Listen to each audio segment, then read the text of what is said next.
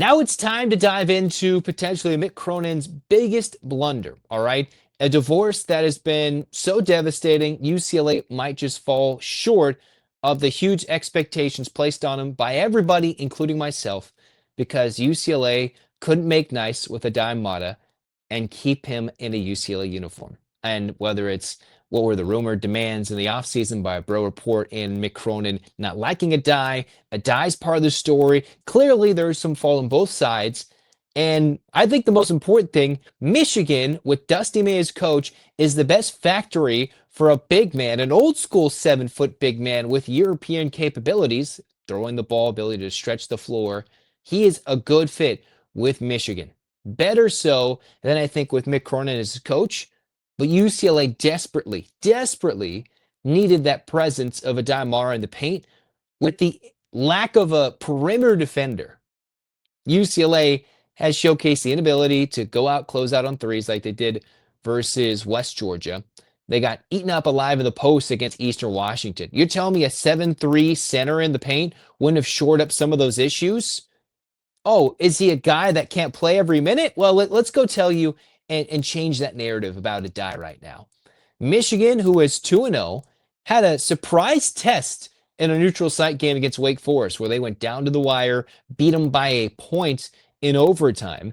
ADAY MARA, who has added 15 pounds. He's now 255. UCLA's website listed the 7'3 Spaniard as 240. That's all muscle. ADAY looks very different for the Wolverines. So ADAY in 2 games has had 2 double-doubles, 12 points, 12 assists, 12 points, 12 rebounds in game 1 versus Oakland in 20 minutes he started. Against Wake Forest just the other night, he had 18 points, 13 rebounds, 5 of which off the offensive glass, 6 assists as a center, 5 blocks in each game. So he's combined for 10 blocks, a steal, 8 assists, 25 rebounds, and 30 points. And what I've seen, I think what the number was, is that he's the first player of that caliber to do something that dominant in all those categories since Tim Duncan in the early 2000s. Since Tim Duncan. Think about that. Tim Duncan. So here's the stat that I'm talking about. 30 plus points, 25 plus rebounds, 10 plus blocks, 5 plus assists. He's the first player over 2 games of a season in either Division I college basketball or the NBA to have done those in the first 2 games of a season since 2003, the 2004 season, since Tim Duncan was in the Spurs. All right. First guy, first big man, first player to do all those things in the first 2 games. That's how dominant ADAY MARA was.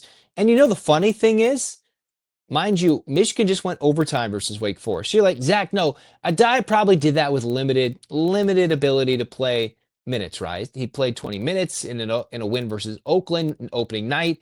8 days later against Wake Forest, ADAY MARA came out, played 37 minutes. ADAY MARA had the most minutes of any Wolverine. He had the second most minutes of any player on the floor for both teams. 37 minutes, overtime. All right. And that's how impactful ADAY MARA was on the court, showcasing his vision defensively, offensively, impacting both ways, both sides of the floor, the inbounds passes, blocking 3-point shooters, enforcing in the paint when Wake Forest was driving for a late lead, blocked a shot with about a minute left. If you look at those highlights, cleaning up the glass, making shots, and even in tight windows, finding the open guys on the wing and on the interior in the paint, cutting for hoops. Easy buckets. And now you look at UCLA, and while Booker has showcased some ability to be a stat stuffer, it's not the same as ADAY MARA. And if Booker could come off the bench as a role-playing big man, you split Mara's 20 minutes and Booker's 20 minutes, and say Bilodeau wasn't doing it, you could have put Booker and ADAY MARA on that same floor at the same time? Man, that could have been something. Could have been something. But ADAY MARA has come out and been absolutely unstoppable, especially with all those numbers, those stat stuffing numbers, for the first time in 20 years for any D1 college basketball player or NBA player since Tim Duncan in 03-04. Crazy stat there that nobody's done all those things. Points, rebounds, so back-to-back double-doubles, doing it on the offensive glass. ADAY MARA right now is averaging 15 points and 12 and a half rebounds. 15 points, 12 and a half rebounds. Now, they'll get tougher competition. But, man, like, that is some dominant stuff. And mind you, he's doing it versus Oakland and Wake Forest. And I'm pretty sure those teams will be better than Eastern Washington, better than West Georgia, and better than Pepperdine. All right? Better than all those guys. Maybe even Wake Forest's challenges or is an overrated ACC team. But still, they probably got better players in the post than the three teams UCLA has played so far. Man, what could have been? What could have been? And now that UCLA is going to go against some beefy players like Arizona or the ability to slash and attack the glass. Again, Arizona is averaging 54 points in the paint through their first two games, first couple of games. I didn't see the numbers against Northern Arizona, but top 5 team in the country. Arizona's 3-0 through the Wildcats' first two games.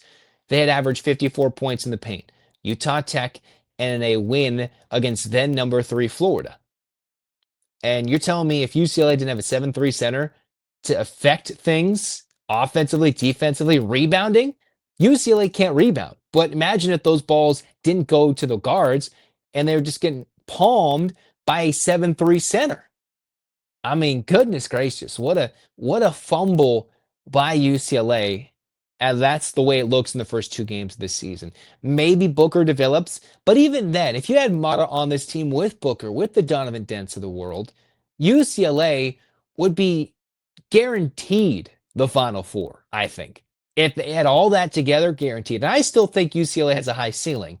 The first 3 efforts of the regular season have really soured my thoughts about this team a little bit in terms of, all right, what are they going to do versus Arizona? Are they going to get beat down or are they going to compete? I'm really not sure at this moment if Donovan Dent is healthy enough to compete with Arizona. Maybe MICK CRONIN gets his team to play defensively.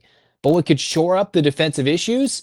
Having a beast in the post like Mata is and is slowly developing into in his third year in college basketball.